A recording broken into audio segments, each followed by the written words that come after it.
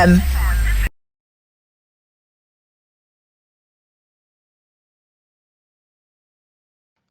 So we've got Rachel Ross on the other side of the screen.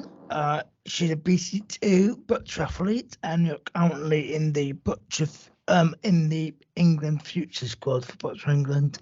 Thank you very much for coming along. Thank you for having me, Pete. Yeah. So let's go all the way back into your early days. Rachel, what's your sporting career in your early years? In my early years, so I wasn't much of a sporting person. I didn't watch a lot of sport. In fact, the earliest I remember is kind of annoying my dad when we were watching television and asking what all the rules were of all the different sports.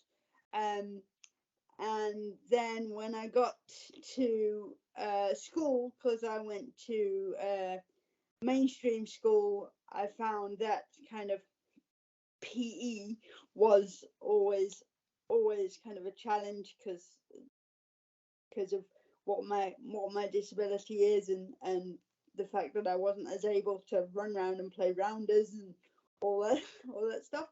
But it wasn't until I was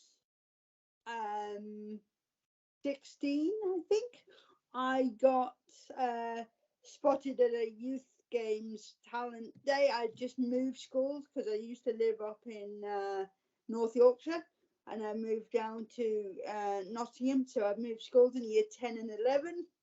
Not the easiest time to move schools, but they already had some wheelchair users at that school, regardless of it being mainstream, so they already knew a bit about boccia. So that's where I kind of got my first taste of it.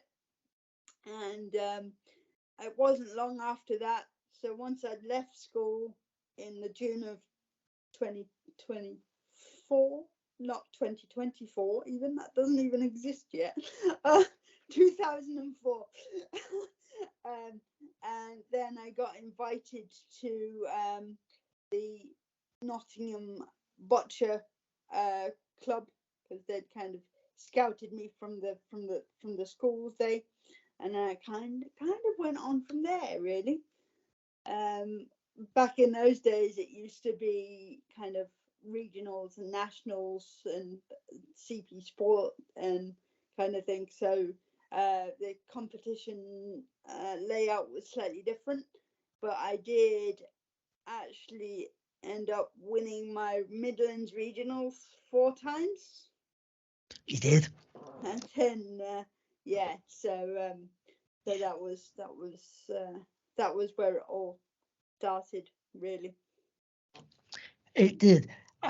So with you say CP sport, it was under regionals, nationals.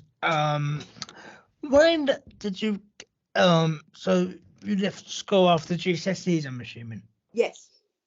And then and when did you get into the England squad? Because I know you were part of England squad before. Yes. Your first time.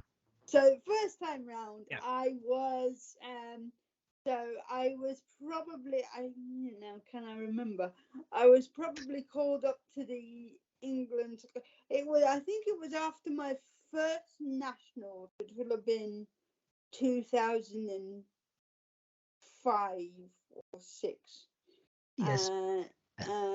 And I got approached by Sandra King, and kind of, she said, "Do you know who you've just beaten?"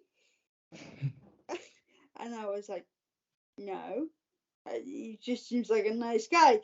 And she said, "Oh, no, he's a current member of the England squad." It was a guy called Andrew Portis at the time, but and I was like, "Oh, really?" Okay, so from there, they kind of offered me a trial, a couple of trial training weekends with them, and I remember, actually, I think I had 3, and no one had actually told me whether I'd actually made it into the squad or whether I was still trialing with them. So I remember saying, have I made it into, am I part of the squad now? And I think it was Cass at the time, Cassandra Turk, who said, well, we've given you the kit, haven't we? So, but I don't remember getting an official, like, welcome, you made it. It was kind of like, so I always kind of felt like I was kind of part of the squad, even as a trainee, so to speak. And you went on from there. Tell us where you went with England first time on. You did some internationals, didn't you, as well? Yes. So I got the opportunity to go to Prague, so the Czech Republic. That was 2008, maybe 9. It was a long time ago, so I can't quite remember. Yeah, so that was just a friendly kind of competition. I didn't do so well there, but considering I was playing, I think number 9 in the world at the time, some random Czech guy, I can't remember his name, and so I was like, that's not too bad. I took 2 points off a number 9 in the world. That was quite exciting, and it was certainly a lot of certainly a learning curve. And then it was 2009. Boccia England came in 2012. After the Paralympics in London. And was it around that time that you went on to university, or what happened? Yeah, so I went on to university in 2010. Okay. So I did one more kind of season of boccia. I went for the regionals in 2011, while I was in my first, just starting my second year of uni, and then I didn't get to the nationals at that one, so I kind of took the decision to kind of concentrate on my studies and get my studies done, and then so I decided to step down from the England squad and take a step away from boccia for a little while. And let's go in a bit deeper with that one. That's all right. So, so you did your first year at uni, and that was okay. That was going well. Yeah. And then obviously second years get a bit more intense, didn't it, with the studies? Yeah. So did you have the conversation with the England squad to say, look, I'm doing university, I need to concentrate on my studies, I'm gonna step down? What was the conversation like? Did they understand? Yeah, they did ask me kind of why I'd made the decision, and I remember sending quite an email that was quite difficult for me to compose, but I kind of, because alongside university taking priority, I think there was part of me as well that was wondering if I had the right athlete mindset. Was I driven enough? Was I just like coasting along and kind of taking up somebody's space that would use it more? So as well as kind of having the conversation of I want to concentrate on uni, I was like, well, actually, I need some space from boccia at the moment, because my head's not in the game. And so, what did you study at uni? I studied, the course was called Theatre and Professional Practice. So so that were kind of involved acting and acting for theatre, but it also taught us to have the ability to kind of run workshops in schools and things like that. So that theatre is my other passion. And you graduated from that, didn't you? Yes. And you got what was the grade you got for that?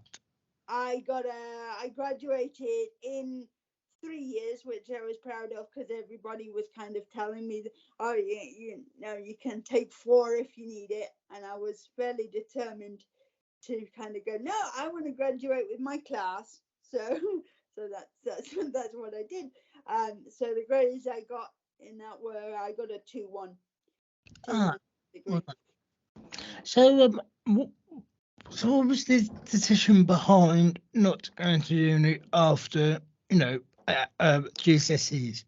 Why did you wait till later on in life to uni? Yeah, now that's a whole different story. So so I started.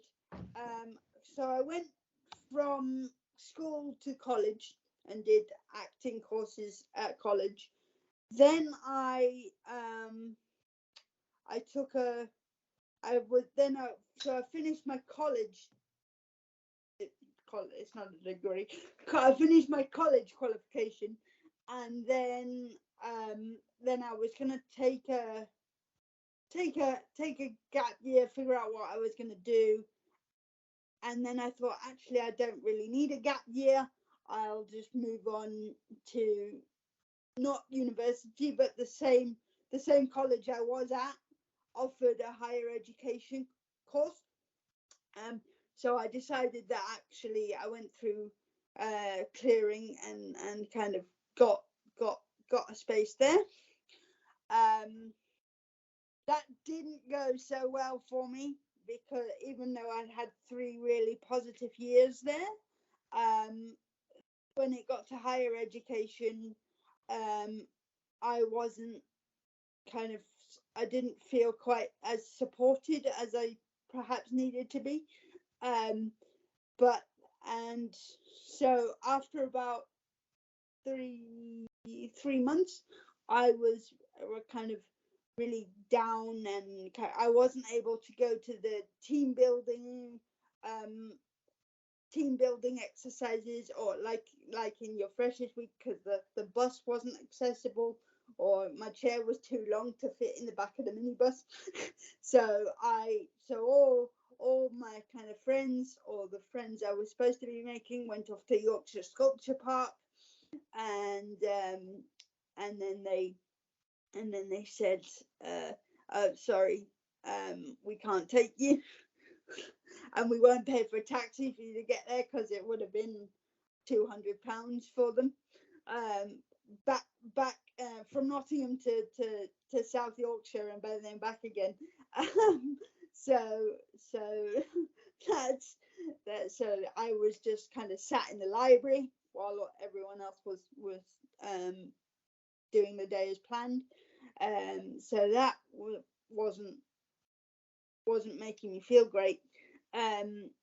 So then I decided to then it was a couple of weeks later that I had a conversation with the head of the college, and she caught me in the canteen and said, "Can we have a chat?" And I said yes. So I went and stood outside her office, sat outside her office, and kind of, and then instead of taking me into her office, she took me into the middle of reception to say that we don't have the funding to continue your support, and we don't want to have to kick you off the course and stuff. But that was done in the middle of reception with people walking past and all sorts of things. So actually, my mental health took a a dive, and I was like, I don't want to be here.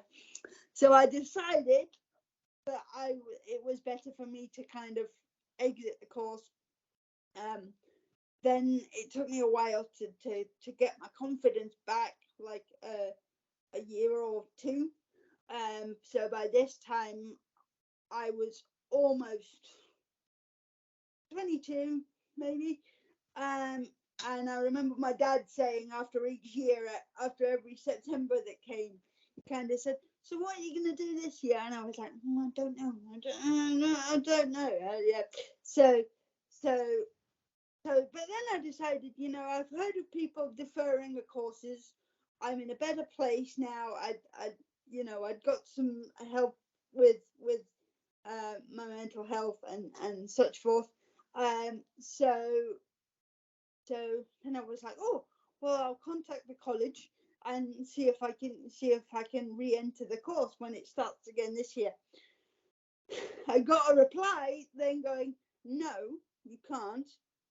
And the reason they gave was, you are compromising the other students' learning, and you haven't got the emotional intelligence and subtle nuances to study at this level. So I was like, okay. So that knocked my confidence again.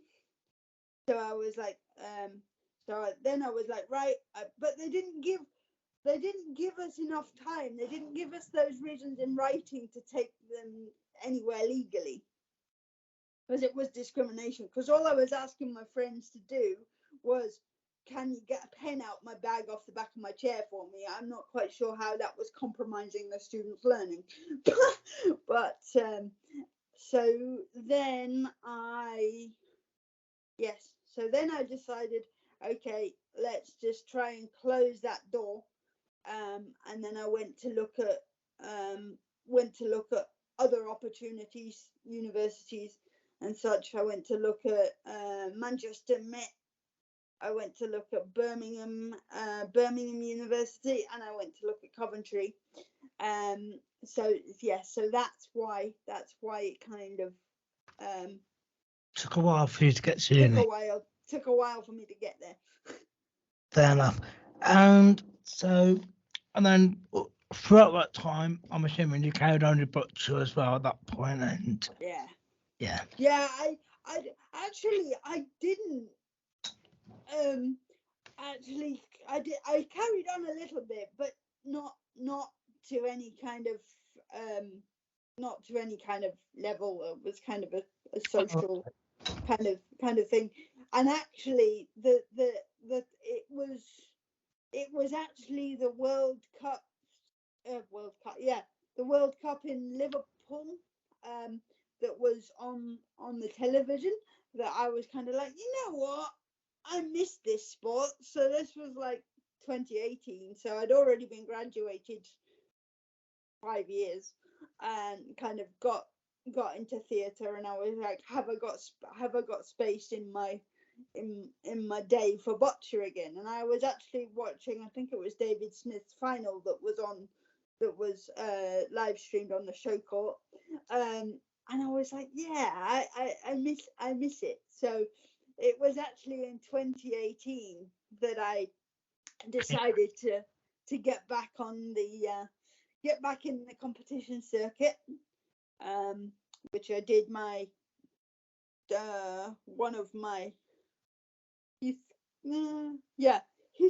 first Heathcote Cup was in Bristol, because I was really eager to get back into it, and that was the earliest one in the November of that year. So I decided, you know what, I'm going to travel to Bristol, have a mini holiday in Bristol, and do boccia and see what happens. And then. And you went from there. Yeah. And so because I've written down, I obviously did England, and then you stepped down for university, and you carried on with your graduation and your career in theatre and all that. And you came back to boccia. You returned, And you have a Nottingham Boccia Club and Sheffield Knights at that point as well. Yes, yeah. So after my first Heathcote, I came. I think. Oh yeah. No, I did. I got bronze, and you needed to get silver to kind of move on to the the Heathcote Cup finals Yes. at that point. So I was like, oh no, I missed that. I missed out on that. But I was quite pleased that I was disappointed that I missed out, because that kind of showed me that I had a drive for it. Then so that was on the 24th. Then on the 29th of November, which is actually my birthday, I got an email from Boccia England going, "We'd like to invite you to the Heathcote Cup finals. Would you like to take it up?" And I was like, "Oh yes," because I thought I was gonna have to wait a whole season to try again. And then I think it was after the Heathcote Cup finals, I came fourth, which is probably in a boccia career, it's probably one of the hardest places to come because you're so close and yet so far away from medal. I would much rather come sixth or seventh than fourth if I was going to miss out on the medals. Or that's how my mindset works. Obviously, you want medals, but yeah. So that was Yeah. kind of.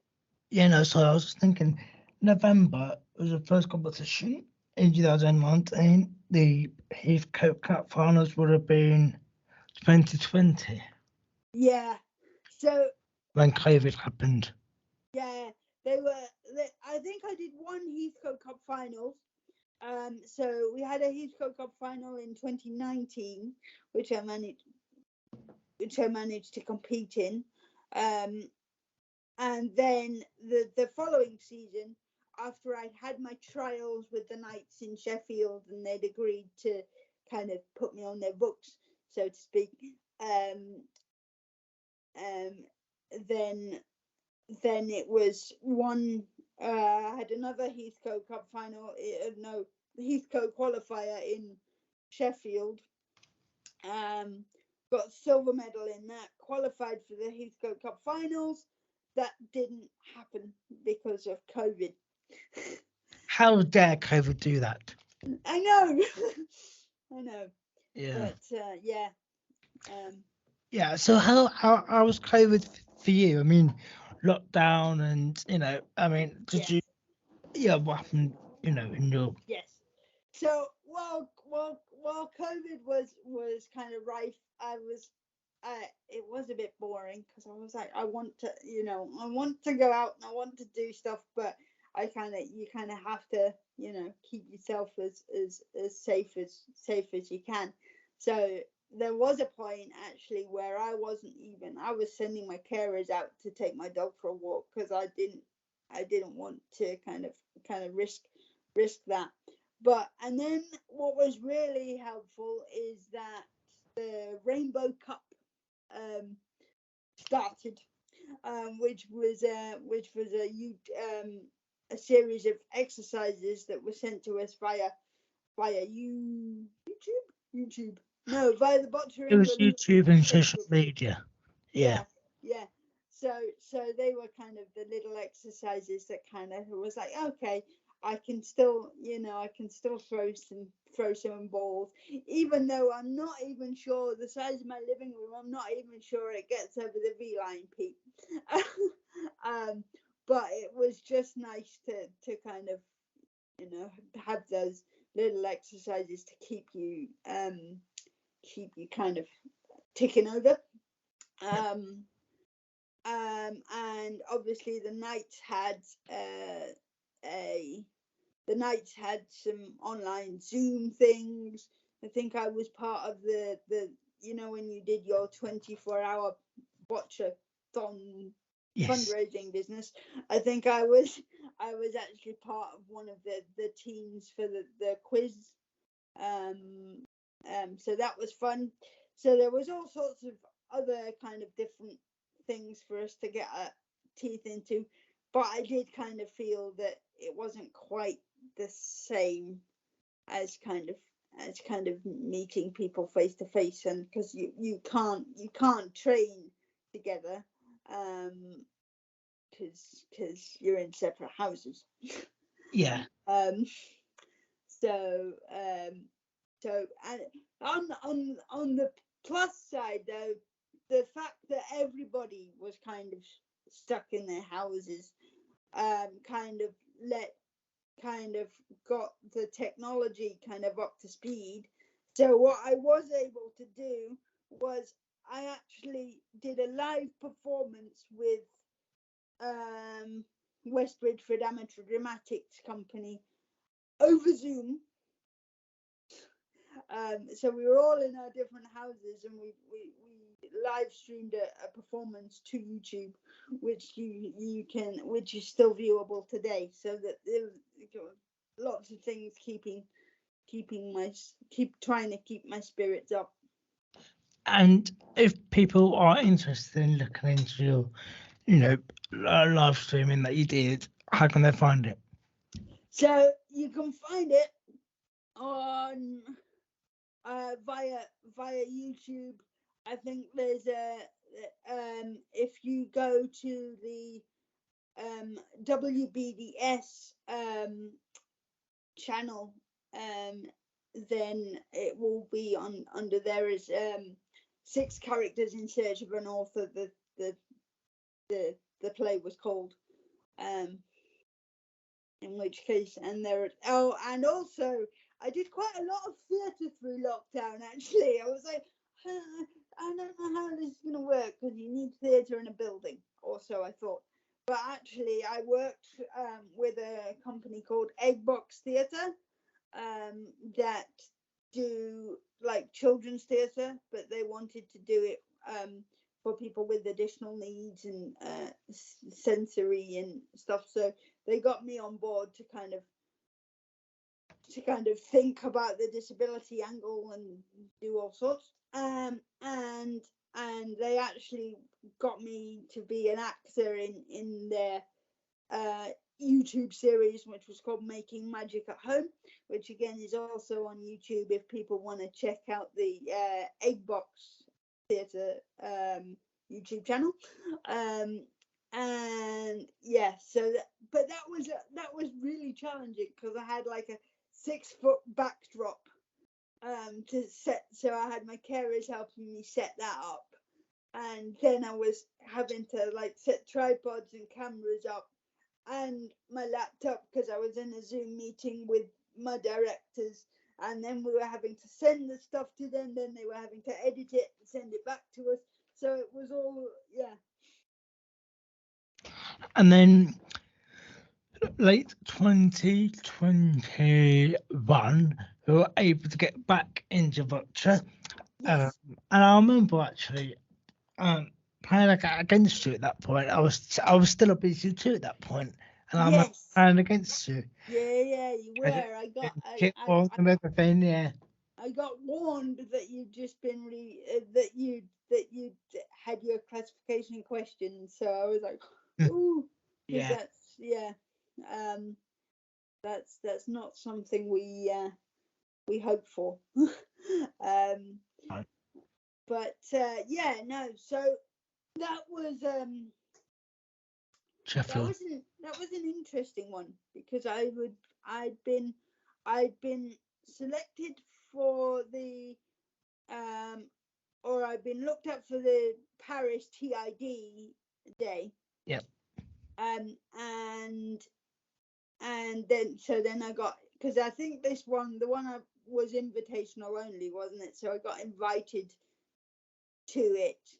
However, it didn't go so well at all, actually. So I was really surprised when about 6 months 6 months later, I got kind of the new style England futures call up, and I was like, oh, so they obviously saw something, which has continued to kind of flourish and grow. So yes, but I remember feeling really surprised, and I remember Bob, my coach Bob Lathbury, I'm part of the Bob squad. He said, yeah, I watched you that weekend, and against Sam Hinley, I lost 15-1. And I was just like, there was no length to my ball whatsoever. They were all dropping short. I was like, oh no, what's going on? I'm pretty sure that wasn't against me. No. I think yours, but the match against you, I think was my only win of the weekend. I can't remember that far back now.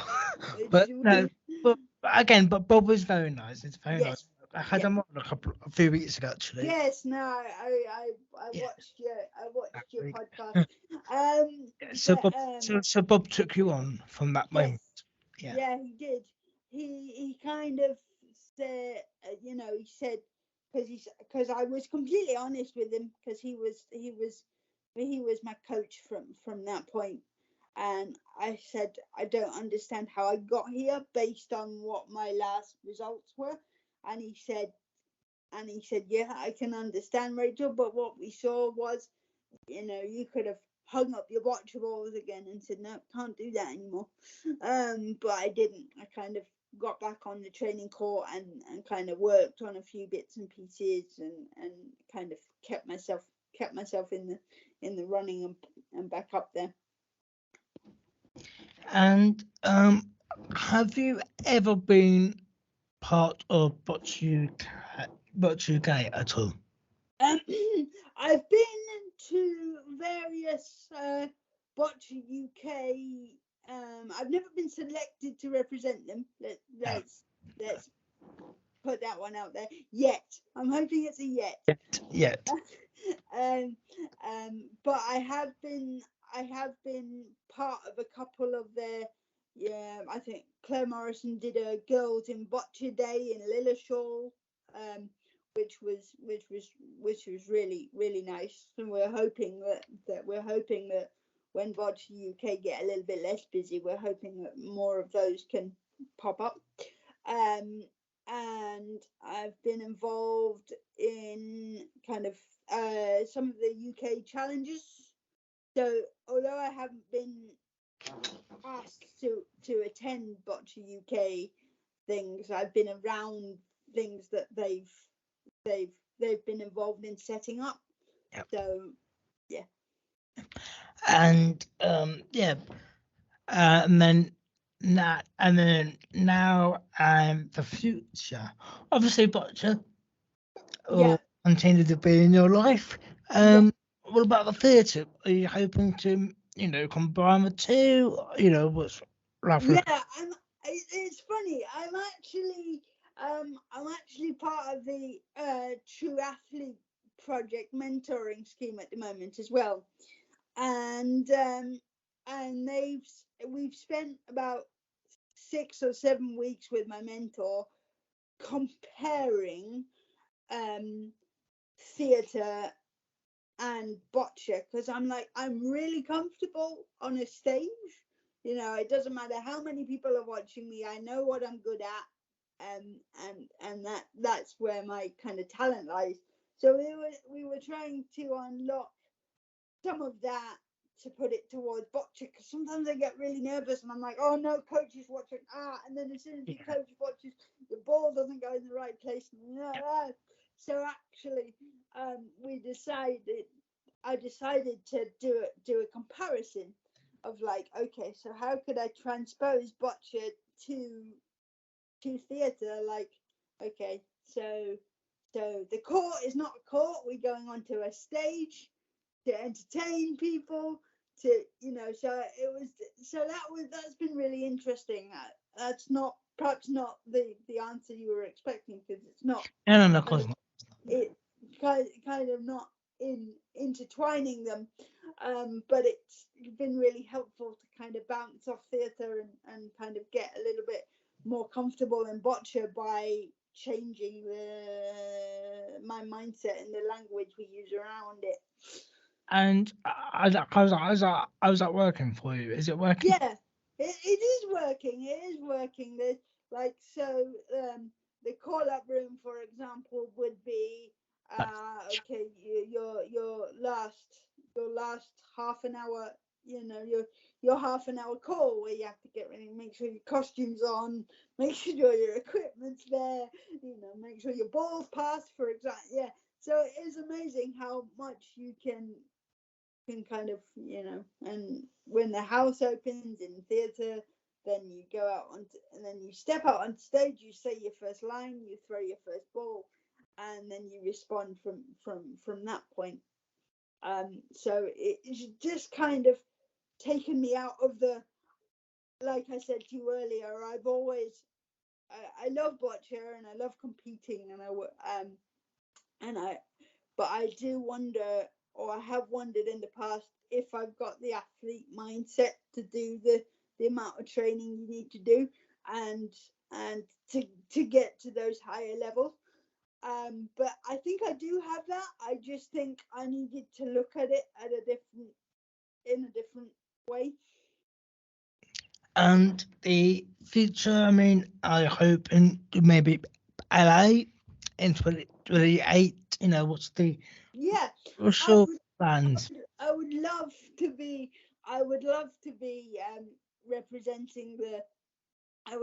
representing TV, and my long-term goal is, but I'm probably missed out on Paris now, but my long-term goal is 2028, and yeah, but prior to that, kind of I'd love to be able to get some international experience again, because the international experience I had last time, if I'm honest, Pete, the game has changed an awful lot from my first career to my second one.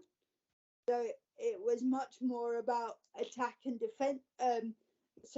defending your point, whereas now you've got people moving balls all over the place, the jack moves, so it's a completely different mindset. So I would like the opportunity to maybe be selected for somewhere like Portugal, or if we ever do some friendly kind of competing, then yeah. So that's my goal, is just to be on people's radar for kind of going, oh, it might help you if we send you to Poznan or somewhere. And your theatre your theatre career, is that still in your plans as well? Yeah, I think it will depend, but I don't want to lose theatre, because they do say that the good thing is when I decide to hang up my boccia balls again and retire, which is no time soon, because I'm enjoying it too much. I'll always have theatre to kind of, boccia isn't the be all and end all of me, so I'm not going to be kind of lost when I don't have boccia as regularly in my calendar anymore. But yes, I do kind of like to tend to try and fit both in if I can. And well, that's everything. So thank you very much for coming on, Rachel. Thank you very much.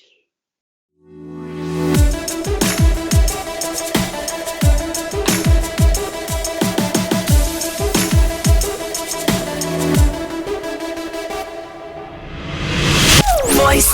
Let's go. Voice FM.